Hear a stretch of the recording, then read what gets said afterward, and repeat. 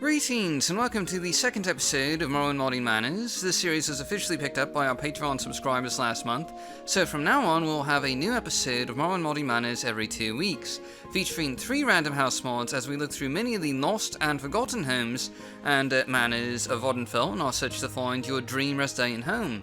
As always, I'm your host, Elf Guy, and we have 3 great housing mods for you in this episode. And you've probably never heard of them, but they're definitely worth checking out, and you'll find the download links for each one down in the video description below. Now, before we get to all of that, I would just like to remind everyone that this entire month is Morrowind May Modathon Month, a month-long modding competition where you can win prizes, such as indie or AAA games for making mods, with up to 3 random winners picked each week. So you know there's a pretty good chance that you can win, and of course you can also submit multiple mods if you so desire. And you can do this the entire month of May all the way to June 1st. Now, you can check out our announcement video for more information. Anyway, let's just get started with Xen-Arien's Manor by Xen-Arien. And this is sort of a hidden gem of a mod that's really just severely underrated. In fact, it's only gotten, I think, 36 downloads in the last 7 years, which is just insane for what could be one of the coolest and most unique little house mods ever made for Morrowind. I mean, I literally found this mod by accident when going through the old mod archives on Morrowind Modding History, just another in a long line of mods that don't have any screenshots and only limited information descriptions. But just look at this manor. It has an absolutely fantastic exterior design with some beautiful landscaping and details with tons of original ideas. But I'm sort of getting ahead of myself here, partly because I'm just really excited to show off this gem to you all, and partly because it's always such a pleasure to see a high-quality mod production like this. So let's start with the basics. Xen-Arien's Manor is a beautiful abode in the Bitter Coast region, with a 2-building layout sitting on an island overlooking Xen-Arien in the distance. And I believe this is actually one of the islands originally in the vanilla version of the game that's just been given a huge makeover. And one of the things I really love here, and there's just a ton of things I love with this design, is that it really does capture a lot of verticality in the construction.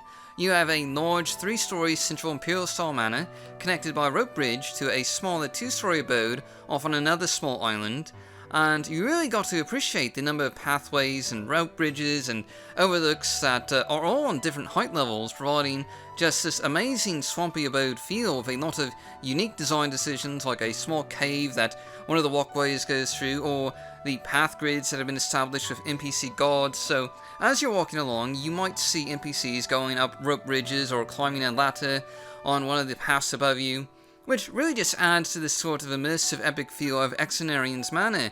And I know we're spending a lot of time looking at the exterior design here, and part of that is just because it has such a fantastic and unique design that it perfectly captures what a Bitter Coast manor should feel and look like, at least in my estimation. I'm really just in awe of the design here, and I mean, this mod came out in 2003 by an author who only ever made this one mod, and it just shows so much skill and imagination that you can't help but wonder what such an author could have done with a town design or dungeon design, if only they had stuck around in the community a little longer and hadn't disappeared. I mean, I know that happens a lot in the community, where we have these talented modders who release 1 or 2 mods and then basically up and vanish, and that always seems like a major missed opportunity to me.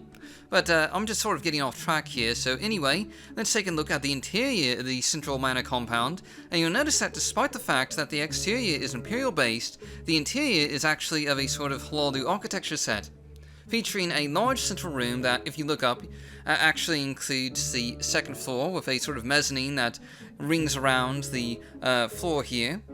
And on the 1st floor, you'll find a small study area, as well as a dining area with a small bar and kitchen that's all fairly decorated. And you'll actually notice that this manor, it comes pre-decorated, so there's not really a whole lot of display space for you yourself to use, but it does make for a rather cozy and atmospheric home. Now on the 2nd floor, you'll find another sort of study-like space, as well as a few guest bedrooms, presumably for the guards wandering about the property here. And of course, pretty much every room up here also has a good view down below, and there's also a small armory-like space here.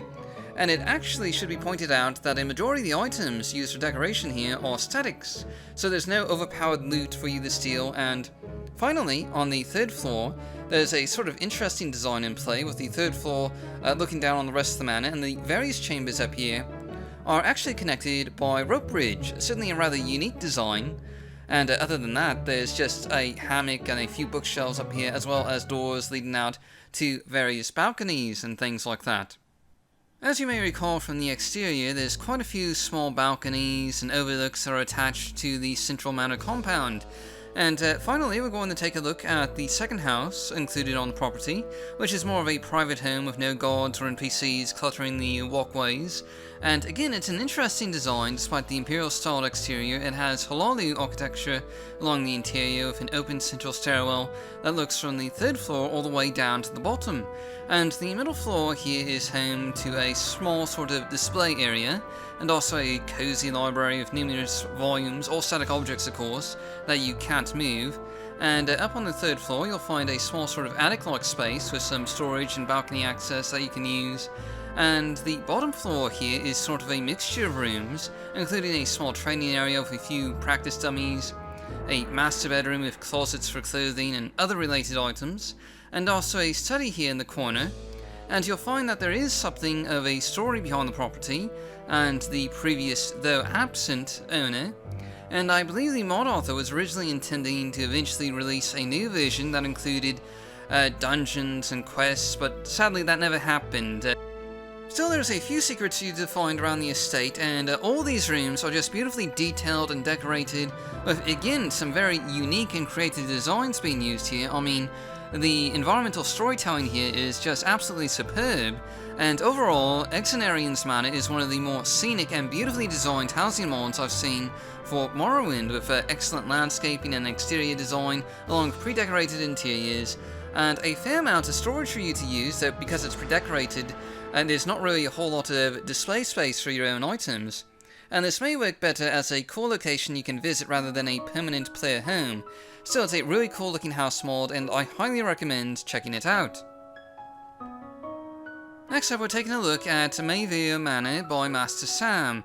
And this is a new, fairly large manor off on its own sort of artificial island in the vein of the Vvardenfell cantons down here just south of Ebonheart, and it has a nice bit of landscaping with flowering gardens bordering the bridge to the manor, and lots of, I believe these are nidib trees from the nidib modder resource package. And you'll notice that this manor canton has some really lovely and interesting textures applied to it. Kind of reminds me of Moonshadow Temple a little bit. Another fantastic housing mod that I do recommend checking out sometime. And anyway, the central manor here is of Halalu architecture, but with these new textures applied, and the entire property is ringed by small gardens, mostly using tribunal flowers, I believe. And there's a really nice view of the ocean out back here, with a view of the imperial fortress city of Ebonheart as well, and it's quite a charming and sort of atmospheric location to be sure. Moving on to the interior side of things, Mae'vir Manor is certainly a unique looking abode with a rather distinctively different colour scheme here than what we saw on the exterior, with a retextured Halalu architecture set done in a scarlet red colouring, with lots of interesting patterns lining the ceilings and floors, including some moon and star patterns that look really quite intriguing. But as for actual content, the entry halls here are home to a number of scenic gardens with lots of flowers, bushes and nidib trees, to make the place seem, well, you know, kinda homey. And the sheer amount of carpeting in here really helps with that as well. Lots of wall hangings, carpets and flowers to make you feel at home in Mae'vir Manor. And one of the first rooms you'll come across here is the throne room, which doesn't really serve much of a practical purpose, but does give you a space to sort of reign over your subjects if you so desire. And naturally, you also find a number of small display halls scattered throughout the manor, including glass display cases and small platforms where you can place armor mannequins if you have a mannequin mod installed.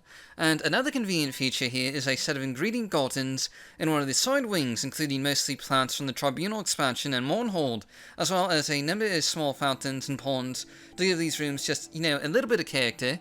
And this could be quite useful for alchemists or mages who have a hard time gathering the more rare tribunal ingredients out there. And there's also a library with, again, numerous volumes and bookshelves, and I think this is actually based on the Vvardenfell library, but obviously retextured with a lot of new furniture and planters and the like. And moving on to another sort of cosmetic room, there's a lounge here with a roaring fireplace, a couch, and numerous lounging chairs, as well as a large number of musical instruments, again mostly cosmetic, but you could use in the display items if you really wanted to. But this is just the sort of rich looking room you'd expect to find in an upper class manor.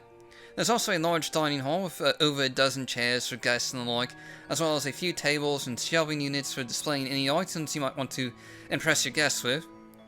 And finally, the last thing we're really going to be looking at here, there's a large storage area down in the basement, sort of done in the Velothi architectural style, and this area isn't quite as well built as the rest of the rooms. But there's tons of crates, barrels, sacks, and so on and so forth that you can use to store quite a few items and loot, and much more as you so desire, and there's actually quite a few rooms that we're not showing here, including a bedroom, additional display halls, and more, but suffice to say that Mae'vir Manor is a large and certainly rather unique looking abode for you to call home, with nice landscaping, tons of display space and storage, as well as convenience features like ingredient gardens, glass display cases, and a quick commute to Ebonheart just down the road. It's certainly a nice manor to call home. And finally, we're looking at Caldera Manor by Deathbliss. Now, as the name of this mod might imply, this adds a new manor to the city of Caldera, and technically it's right outside the city walls, sitting atop a hill overlooking the Caldera skyline.